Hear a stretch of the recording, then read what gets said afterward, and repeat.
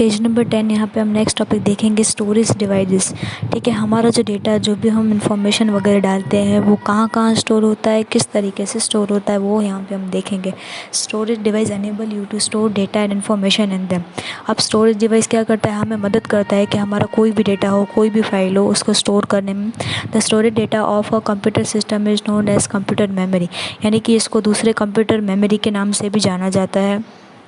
अब ये computer memory है वो किस तरीके से काम करती है वो हम यहाँ पे देखेंगे। फर्स्ट आपको दिखाया गया है कंप्यूटर मेमोरी।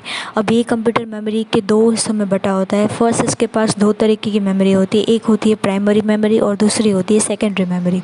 प्राइमरी मेमोरी में भी उसके अंदर दो यहाँ पे यूनिट होते हैं, एक होता है रैम और दूसरा होता है रोम। सिमिलरली यहाँ पे हमारे पास जो सेकेंडरी मेमोरी दिया वो उसमें 3 यूनिट होते हैं, hard disk, compact disk and pen drive. ठीक है, जिसमें हम यहाँ पे डेटा स्टोर कर सकते हैं। अब इसके बारे में हम थोड़ा सा डिटेल में देखेंगे।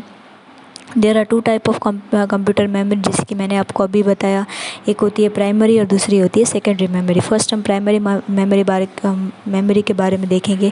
It is often called the working memory, internal memory और the main memory of a computer system. RAM and ROM are 2 major type of primary memory, यानी कि ये क्या है, एक तरीके के वर्किंग मेमोरी के नाम से भी जाना जाता है। ठीक है, इंटरनल मेमोरी या फिर इसका मेन मेमोरी है वो कंप्यूटर सिस्टम के नाम से जाना जाता है। इसको 2 हिस्सों में हम बांटते हैं, एक होता है रैम और दूसरा होता है रोम।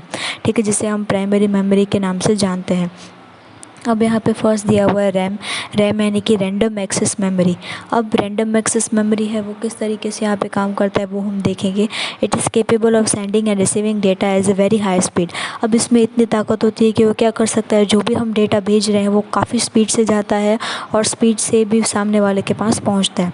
It is temporary in a nature, that is data store is lost when the computer is switch of. But ये एक तरीके की क्या है, टेम्पररी मेमोरी है। ठीक है, टेम्पररी कैसे कि जब भी कंप्यूटर में लाइट वगैरह चली जाती है, स्विच ऑफ हो जाता है, तो ये डेटा चला जाता है। सो it is also called the volatile memory, यानी कि इसको वोल्टाइल मेमोरी के नाम से भी हम जानते हैं। सेकेंड यहाँ पे दिया हुआ है रोम। रोम यानी कि रीड ओनली मेमोरी। ठीक है, तो ये क्या कैसे वर्क करेगा, it hold instruction put by the manufacturing to operate the computer system. अब ये क्या करता है, जितने भी इंस्ट्रक्शंस वगैरह हैं, ठीक है, उनको ऑपरेट करता है कंप्यूटर के according. It is permanent memory, so it is also called the non volatile memory, यानी कि क्या है, परमानेंट मेमोरी है, इसमें से डेटा हमारा जाता नहीं है। हम डिलीट कर दे तो अलग बात है, वरना वैसे डेटा हमारा नहीं जाता है, इसलिए इसे हम नॉन वोल्टाइक मेमोरी के नाम से जानते हैं। अब नेक्स्ट हमें यहाँ पे दिया हुआ है secondary memory. It is often called the external memory of a computer system. ये एक तरीके की एक्सटर्नल मेमोरी मानी जाती है हमारे computer system. It is use to store data for a long time. अब इसमें जो हमारा डेटा होता है वो लंबे समय तक ले सकता है, कि हमें 2 साल 3 साल के बाद भी निकालें तो डेटा हमारा का वैसा ही रहता है। It's operate at a slower rate than the primary memory, यानी कि इसका जो रेट प्रोपोर्शन है वो कम रहता है प्राइमरी मेमोरी से। Secondary memory is permanent in nature. अब ये क्या होता है, परमानेंट डेटा है, इसमें हम सिक्योर रख सकते हैं। Data store in the secondary memory are not lost when the computer is switch of.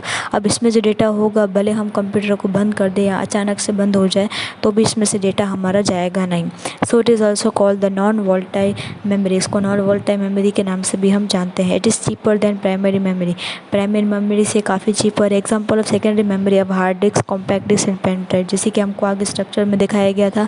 ठीक है, हमारा डेटा हार्ड डिस्क में पड़ा हुआ डेटा भी कहीं नहीं जाता है। कॉम्पैक्ट डिस्क यानी कि CD, ठीक है, CD में पड़ा हुआ डेटा भी नहीं हो जाता। पेन ड्राइव तो हमने देखी है, एक छोटी सी चिप यहाँ पे चिप के तौर पे होती है, उसमें भी पड़ा हुआ डेटा हमारा कभी भी नहीं जाता।